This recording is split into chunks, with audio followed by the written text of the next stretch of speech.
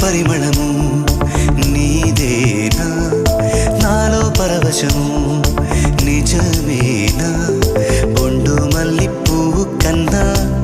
తేలికగు నీ సోకు